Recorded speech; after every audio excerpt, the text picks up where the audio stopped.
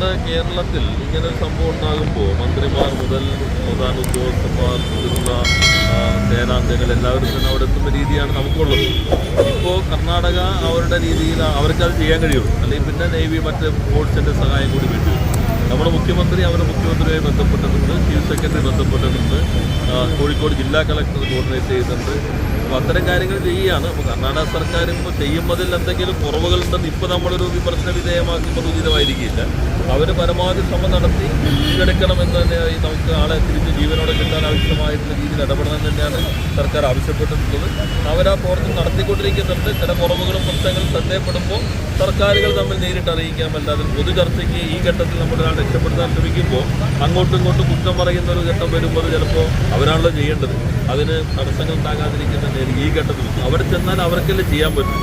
പിന്നെ നമുക്ക് കേന്ദ്ര സേനയുടെ സഹായം മറ്റു കാര്യങ്ങളാണ്, അതും സർക്കാർ ആവശ്യപ്പെട്ടിട്ടുണ്ട്. ത്രൂ കർണാടക തന്നെയാണ് കാര്യങ്ങൾ ചെയ്യേണ്ടത്.